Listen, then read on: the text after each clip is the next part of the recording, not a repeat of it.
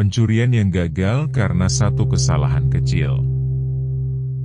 Bayangkan jika satu set perhiasan antik seharga puluhan miliar rupiah sudah ada di tanganmu.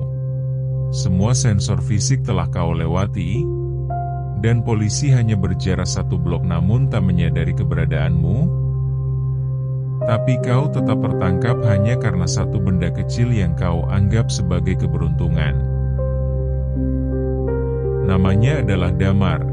Seorang pria yang percaya bahwa kejahatan sempurna adalah soal matematika. Namun akhirnya dikhianati oleh satu variabel yang lupa ia masukkan ke dalam rumus. Tekanan udara. Jangan berkedip, karena dalam 10 menit ke depan, kau akan melihat bagaimana rencana kriminal paling jenius dekade ini hancur berantakan bukan karena teknologi, karena Damar telah melumpuhkan semuanya, melainkan karena sifat jujur dari sebuah mesin jam kuno. Ini adalah kisah tentang ketelitian yang beradu dengan takdir, tentang seorang pria yang merasa telah menghapus semua jejak keberadaannya, namun lupa bahwa benda mati mencatat apa yang tidak terlihat oleh mata. Kegelapan di dalam kubah penyimpanan bawah tanah itu adalah ruang hampa bagi Damar. Di atas sana, gedung tua di pusat kota mungkin sedang sunyi. Namun di kedalaman 15 meter ini, hanya ada keheningan yang mematikan. Damar bergerak dengan sangat presisi. Dia tidak menggunakan perangkat peretas nirkabel. Dia menggunakan alat mekanik dan pengetahuan mendalam tentang struktur bangunan tua. Targetnya, kalung permaisuri, sebuah perhiasan emas dan zamrud yang sangat langka, tersimpan di dalam ruangan dengan sistem isolasi udara khusus. Sebuah ruang kedap udara yang dirancang untuk mencegah kelembapan merusak logam mulia tersebut. Damar telah mempelajari bahwa untuk masuk ke sana, dia harus menyeimbangkan tekanan udara di dalam tabung masuk agar tidak memicu alarm sensor fisik yang sangat sensitif. Dengan tabung oksigen kecil di punggungnya, dia merayap melalui pipa ventilasi, mengatur katup udara dengan tangan dingin yang tak pernah gemetar. Di pergelangan tangannya, sebuah jam tangan mekanik antik buatan Swiss tahun 1950-an berdetak. Damar mencintai jam itu karena ia tidak memiliki sirkuit elektronik yang bisa mati akibat sistem pengaman magnetik gedung. Dia berhasil. Perhiasan antik itu sudah berpindah ke dalam tas beludrunya. Tidak ada sirine, tidak ada lampu merah yang berkedip. Damar keluar melalui rute yang sama, menutup kembali katup udara dengan rapat, dan menghilang ke dalam sistem bawah tanah kota sebelum fajar menyingsing. Dia pulang ke apartemennya, membersihkan diri, dan menyimpan kalung itu di balik dinding rahasia. Dia merasa telah melakukan kejahatan abad ini. Tidak ada satupun saksi mata, tidak ada sidik jari karena ia menggunakan sarung tangan polimer khusus. Dia adalah hantu yang sukses. Namun, 2 hari kemudian, Inspektur Bara mengetuk pintunya. Bara tidak datang dengan pasukan taktis, ia datang sendirian dengan sebuah amplop coklat. Di ruang interogasi yang sangat terang, ruangan yang baunya seperti kopi basi dan meja kayu tua, Damar duduk dengan penuh percaya diri.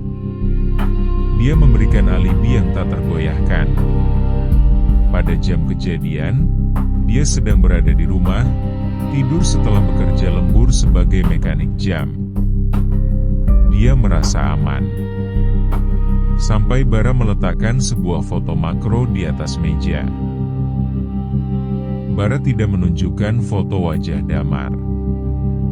Dia menunjukkan foto sebuah jam tangan yang retak bagian belakangnya. Kami menemukan jam tangan ini tersangkut di celah katup udara gedung penyimpanan itu, Damar. Mesinnya unik, sangat antik. Dan yang lebih unik adalah apa yang terjadi di dalamnya. Damar terdiam, jantungnya mulai berpacu. Dia meraba pergelangan tangannya yang kosong.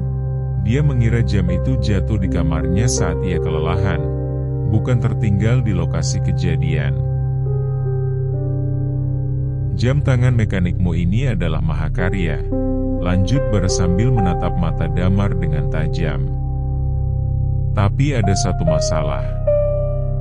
Kamu masuk ke dalam ruang penyimpanan yang memiliki tekanan udara sangat rendah untuk menjaga perhiasan itu agar tidak korosi. Menurut hukum fisika, mesin jam tangan mekanik yang tidak memiliki segel kedap udara ekstrim akan mengalami perubahan ritme detak jika terpapar perubahan tekanan udara yang mendadak. Pegas di dalamnya akan meregang sedikit lebih cepat karena gesekan udara yang berkurang di ruang hampa.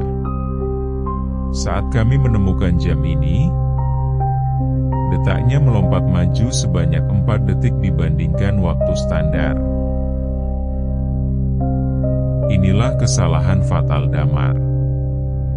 Dia begitu fokus pada sistem alarm sehingga lupa bahwa perubahan tekanan di ruang isolasi itu akan memengaruhi presisi mesin jam tangannya. Bara kemudian menunjukkan data dari sensor tekanan gedung yang mencatat adanya fluktuasi selama 6 menit pada malam pencurian. Fluktuasi tekanan udara di gedung itu terjadi tepat selama 6 menit. Dan dalam pemeriksaan laboratorium forensik, mesin jam tanganmu ini mengalami percepatan detak yang persis setara dengan durasi paparan tekanan udara di ruangan tersebut. Jam ini bukan hanya milikmu, Damar. Jam ini adalah kotak hitam yang mencatat bahwa ia pernah berada di sana, di dalam ruang hampa itu, tepat saat perhiasan itu hilang. Ekspresi Damar yang tadinya tenang mendadak hancur. Pupil matanya membesar, dan tangannya yang diletakkan di atas meja mulai bergetar hebat. Dia menyadari bahwa kejeniusannya telah dikalahkan oleh sesuatu yang berada di luar kendalinya. Hukum alam.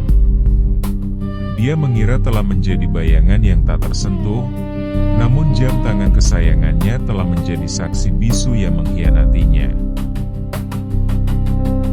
Damar digiring keluar, masuk ke mobil polisi sementara lampu strobo merah biru memantul di jendela apartemennya yang dingin. Menunjukkan betapa kecilnya seorang manusia saat mencoba melawan waktu dan alam. Akhirnya, Damar belajar dengan cara yang pahit, kejahatan mungkin bisa menipu manusia. Namun ia tidak akan pernah bisa lari dari detak waktu yang jujur. Kejahatan sempurna itu tidak ada. Selalu ada jejak, selalu ada sisa, dan selalu ada waktu yang akan mengungkapnya. Terima kasih sudah menyaksikan detik-detik pencurian yang gagal. Jika video ini menghibur kalian, berikan like dan subscribe sekarang juga. Bantu channel ini terus berkembang untuk membongkar lebih banyak rahasia di balik layar kriminal. Ingat, tetaplah teliti, karena satu kesalahan kecil bisa mengubah segalanya.